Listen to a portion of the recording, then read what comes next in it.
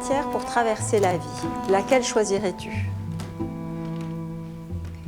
Alors une gaze de coton, parce que je trouve que voilà, le coton est transparent et à la fois doux. Donc une gaze de coton. Une seule couleur pour t'entourer. Laquelle t'accompagnerait ? Le blanc. Une seule lumière dans une maison. L'aube, le plein jour, le coucher de soleil ou la nuit. L'aube.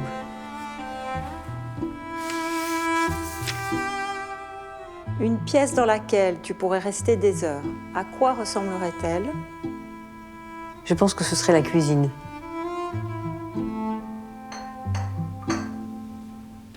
Un objet dans une maison qui te rassure immédiatement. Un livre de cuisine qui s'est transmis de génération en génération et ce serait le livre d'Escoffier de mon grand-père. Une odeur qui te fait sentir chez toi. L'odeur des fleurs, je dirais plus l'odeur de la pivoine. Une fenêtre, que devrait-elle regarder ? Le jardin.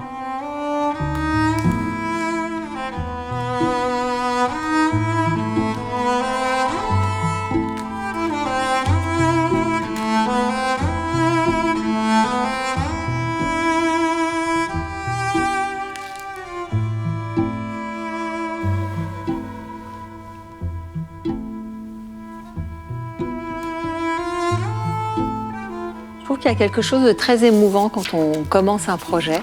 Nous, on pense plutôt d'ailleurs à des inspirations qui peuvent être cinématographiques, ça peut être un ballet, ça peut être des choses très variées, peu liées d'ailleurs à l'architecture.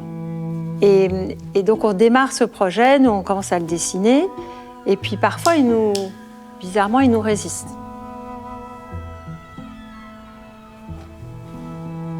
Le mot, pour nous, il est très important parce que quand on pense à l'architecture intérieure, à la décoration, on se dit ça n'est que du décor. Mais je trouve qu'il y a une approche, comme toi tu le fais aussi, je trouve, dans ta cuisine, qui est une approche, entre guillemets, intellectuelle. Mais c'est-à-dire qu'il faut réfléchir avant de faire et trouver les arguments pour aussi justifier une création. Et je pense que la création est le moment où justement on a une page blanche.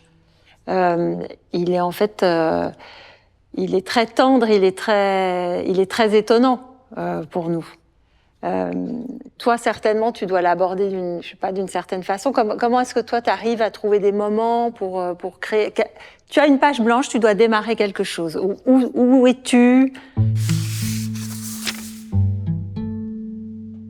Alors, c'est vrai que Dorothée, en fait, moi, j'évite d'avoir la page blanche. La page blanche me terrorise. Par ça. Voilà. Donc, pourquoi je te dis ça ? Parce que je noircis mes carnets régulièrement. Et si tu veux, dès que je sens que les carnets sont très remplis, ça me rassure. Parce que je me dis, j'ai matière. Tu as un nouveau projet, une nouvelle carte à écrire. Tu prends tes carnets, tu les relis pour te réalimenter. Exactement, c'est complètement ça. Donc je vais même utiliser des crayons de couleur pour souligner, en fait, quand je relis mes notes, les choses m'apparaissent plus facilement. Et différemment.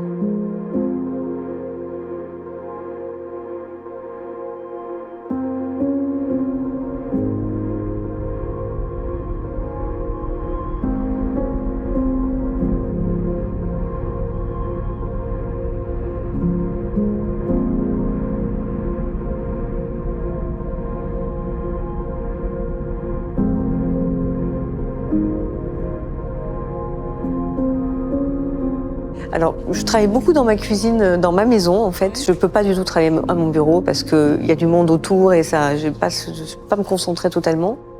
Donc, chez moi, il faut qu'il y ait personne, bien sûr, autour. Je m'enferme dans ma cuisine. Alors, c'est le lieu idéal pour travailler.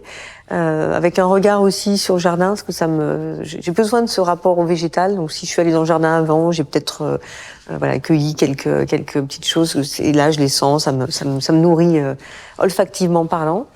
Et puis là, j'écris. Mais les vacances, pour moi, sont très propices à la rêverie et à l'écriture de nouveaux plats. Vraiment. À la fin des vacances, non seulement. À la fin des vacances, quand tu t'es bien reposé, que tu as l'esprit qui est plus clair, enfin, je le ressens comme tel, j'imagine que pour toi, c'est la même chose. J'ai une faculté à rentrer en vacances très, très vite. Parce que je sais que j'en ai besoin et que j'ai besoin de ce moment de coupure pour pouvoir après repartir et avoir ce temps avant le retour au travail de réflexion. Mais moi, j'ai ce souvenir justement d'odeur où on faisait souvent des croisières et on allait donc en Méditerranée, on arrivait vers la Corse sur un bateau à voile. Et j'ai ce souvenir où quelques milles avant d'arriver sur les côtes corses, tu sens déjà en fait de loin l'odeur du maquis. Oui, bien sûr. Et c'est tellement prégnant en Corse. Incroyable. Mais oui. De loin, loin, loin. Et puis après, bien sûr, plus tu arrives, plus l'odeur est prégnante et puis tout d'un coup, ça s'arrête. Ah oui, c'est extraordinaire. C'est porté par le vent, c'est fou. Tu aimes la Corse aussi? Moi, j'adore la Corse. J'adore la mer. Un point commun en plus. Ouais. J'aime beaucoup la nature et je trouve que, justement, je pense que quand on aime beaucoup la nature, on aime aussi des couleurs très naturelles, mais qui sont des couleurs pas tellement fabriquées. Oui, révélatrices. Et je sais que, comme toi, moi, j'adore le blanc. Là, je voulais appeler ma fille Blanche. Alors, ça n'allait pas avec notre famille, mais je trouve que le blanc révèle tellement tout ce qui est texture, finesse, les plis. Tu sais, tous les vêtements. Bien sûr. Les plis religieuses, les plis plats, les plis ronds. J'adore les plis. C'est vrai. J'adore les plissés. Et je trouve, justement, tu sais, quand j'étais je regardais, je feuilletais à nouveau Imprégnation. Et je voyais qu'en fait, tous les plats qui ont été photographiés, la couleur est dans les ingrédients, tout le reste est blanc. Et je trouve qu'il y a cette pureté et cette humilité aussi à mettre en valeur, ce qui est le plus important. Oui. Chez toi, alors, à Valence, ça ressemblait à quoi? Quand tu étais petite, Ta chambre était au-dessus des cuisines. Voilà, la chambre était au-dessus des cuisines, donc c'était le lieu de vie. Le restaurant était le lieu de vie, donc il y avait juste un escalier qui nous reliait les 2 étages et les fumées de poisson, toutes les odeurs montaient d'en bas aussi. Mais la cuisine, forcément, et la petite kitchenette, c'était vraiment comme dans un placard. D'ailleurs, je me souviens, on ouvrait ça. Et ce lieu n'était pas si grand, mais c'était assez sobre en fait. C'était assez sobre, c'était un lieu quand même qui était cocon. Très vrai, non, j'imagine. Très vrai.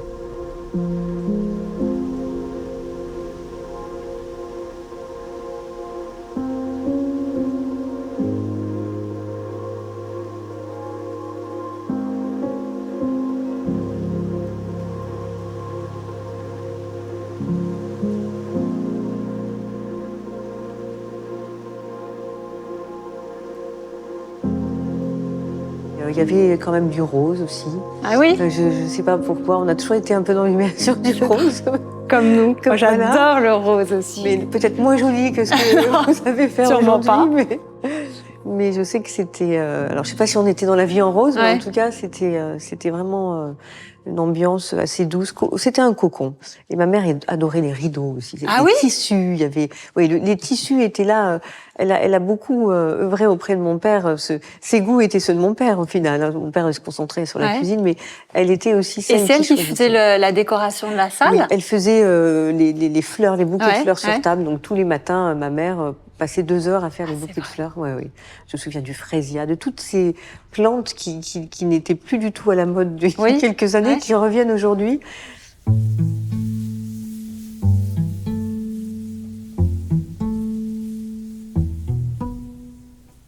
Tu vois, là, j'ai cette page ici que j'avais voulu sélectionner. Je me dis, alors, certes, ce sont des ingrédients, mais on ne sait presque pas quel type d'ingrédients c'est. On est comme moi, ça, voilà. Mais en revanche, on a envie de s'y perdre. On est presque dans une sorte de décor. On est presque dans un décor de pièce de théâtre. On peut imaginer des personnages. Merci, non, c'est un compliment venant de toi. Mais mais la construction du plat, le dernier pas du plat, c'est le visuel. Alors, quelquefois, il rentre au départ de la construction du plat. Parce que le millefeuille blanc, ce cube blanc, au départ, c'est un choix voulu d'avoir quelque chose de tout blanc. Le monochrome est magnifique aussi en cuisine. Et de partir sur un esthétique. Mais quelquefois, il arrive enfin. parce que déjà, il y a tout le goût et la Ouais. texture qui doit se construire, et c'est déjà beaucoup de travail. Mais il peut conduire aussi la danse. Et alors, la distance est très importante aussi dans l'assiette. Je suis extrêmement, comment dire, vigilante à ça, et je le transmets aussi à mes équipes.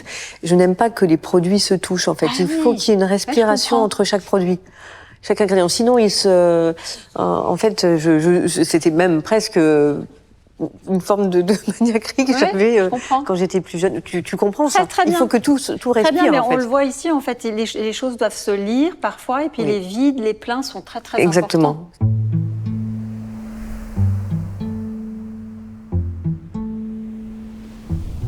C'est vrai que toi et moi, on travaille avec nos maris.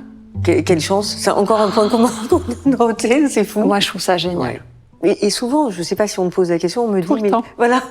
Parce que Comment est-ce que vous faites? Est-ce que c'est bien? Ouais. Est-ce que vous entendez bien? Mais oui, c'est fabuleux. Ouais. Avec Patrick, on se dit souvent, mais comment ferait-on si c'était pas le cas? Mais Ouais. quand on fait nos décors, d'ailleurs, oui, ici par exemple, ça demande une abnégation de soi, Ouais. je trouve, Ouais, bien sûr. de écouter l'autre et Ouais. de se mettre tout le temps à sa place. Ouais.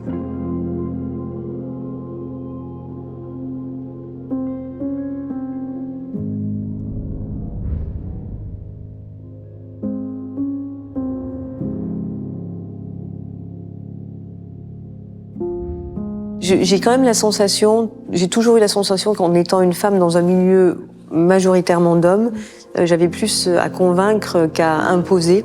Parce que imposer, c'est quelque chose pour une femme par rapport à un homme qui est encore aujourd'hui compliqué. Ça ne veut pas dire que je n'arrive Ouais, pas, mais ouais, enfin, ouais, ouais. mais convaincre est plus joli, et puis même ça te permet d'argumenter, de convaincre. Je suis tout à fait d'accord. On est obligé d'argumenter. Ouais. Faut rien imposer. C'est incroyable, Ouais. hein, comme Je suis on ressent ça. Et c'est pas voilà, c'est quand même avoir son caractère et avoir son opinion, mais Ouais, c'est vrai. c'est quand même différent. Mais ça nous oblige à réfléchir beaucoup plus et mieux, et peut-être plus loin des fois par moment. Plus loin, je suis d'accord. Mais en tout cas, c'est une chance, je trouve. C'est une chance. Il faut transformer ça en chance.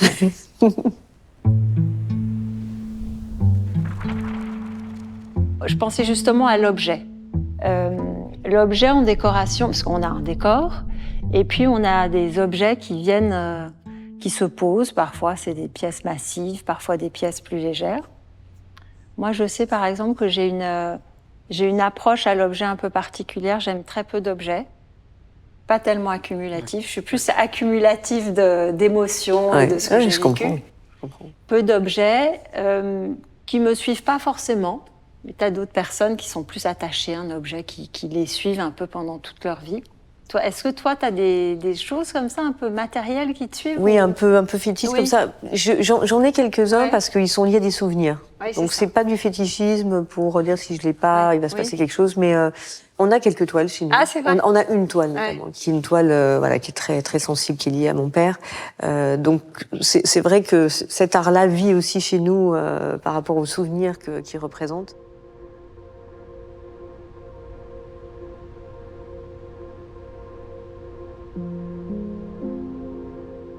Se mettre au service d'eux, c'est peut-être quelque chose qu'on a toutes les deux en tête, à la fois dans le cœur et en tête, parce que je pense que c'est beau de servir, c'est beau de cuisiner pour les autres, et dans le travail que tu fais aussi, d'imaginer, de construire, il y a quand même un pas vers l'autre qui est quand même assez extraordinaire.